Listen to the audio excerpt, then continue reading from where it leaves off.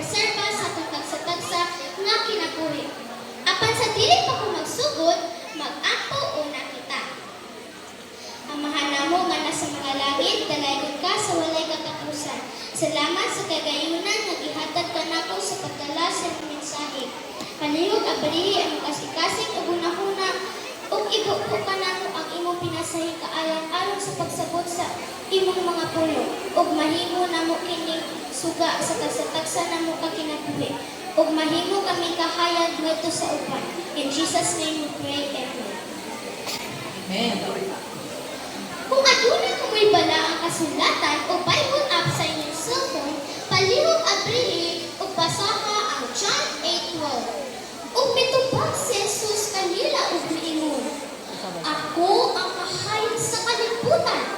Ang sunod kanako, dili gayud magalakaw sa kangit-ngit, kung dili may kahayag sa kinabuhi. Ipahayag ni Jesus kanila ang iyang kaugalingon nga mao ang kahayag na naghiya sa mga tao sa kinabuhing walay katapusan. Nagsaad siya nga kadtong sunod kaniya mga dawat ug espirituhanong kahayag, panabot ug kinabuhing walay katapusan ug dili na nga anaa sa espirituhanong kangit-ngit. Ug mahimo nato kini kung kita magalakaw kauban ni Jesus. Mga bata ug mga hangtong, gikan sa bata na ta, gina-train ug ginatudluan na ta sa atong mama o papa. Pagkastaw nato sa kalibutan, wala pa kita'y kahibalo o wala pa kita nakailan ni Jesus. Pero pinatagi sa atong mama o papa, ilang gipasunod si Jesus sa atong kasing-kasing o huna-huna. Atong mga ginikanan nga nag-alagad sa Ginoo, naghatag og kahayag nga ni kanato kay mauna ang gusto sa Ginoo nga kitang tanan mahayagan ug makaila kaniya. O kitang mga kabataan mahimo na usab kitang kahayag sa uban. Amen. Dili ta maulaw og share ni Jesus ngadto sa atong mga friends, sa atong school, sa atong silingan, sa atong classmate, o sa atong amiga o amigo, o labi na sa social media. Aron ang pag-share ni Jesus o pag-share sa maayong balita mulukob sa tibuok kalibutan. Maunang giingon nga, I will go.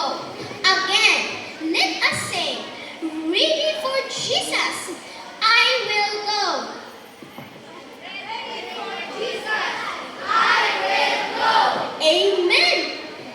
Dito sa among balay, ganahan ko og share sa Bible story sa akong mga friends.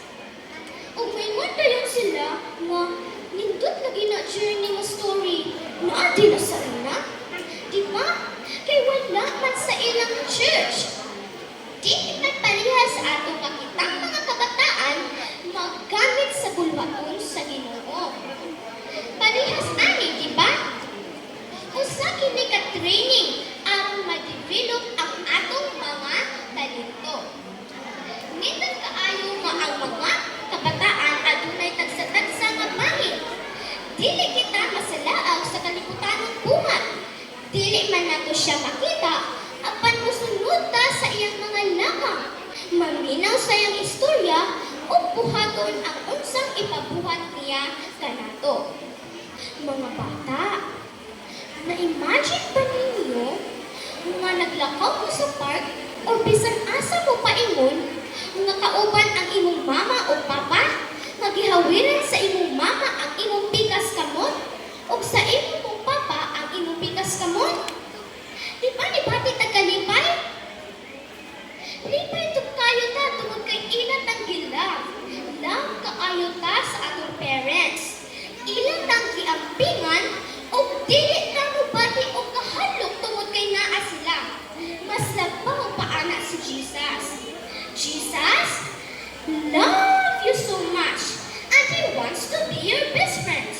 He wants to make you good choices, to comfort you when you're sad, and to give you joy when you're happy. read your Bible and learn about His love for you. Number 2, pray to Him just like you would talk to your best friend. Number 3, try to be kind and loving each other just like Jesus is kind and loving to you. And number 4, higugmaa ang imong ginikanan aron motaas ang imong kinabuhi. Ug hinugdumi kanunay nga si Jesus nagigugma kanimo bisan unsa o bisan kinsa ka pa.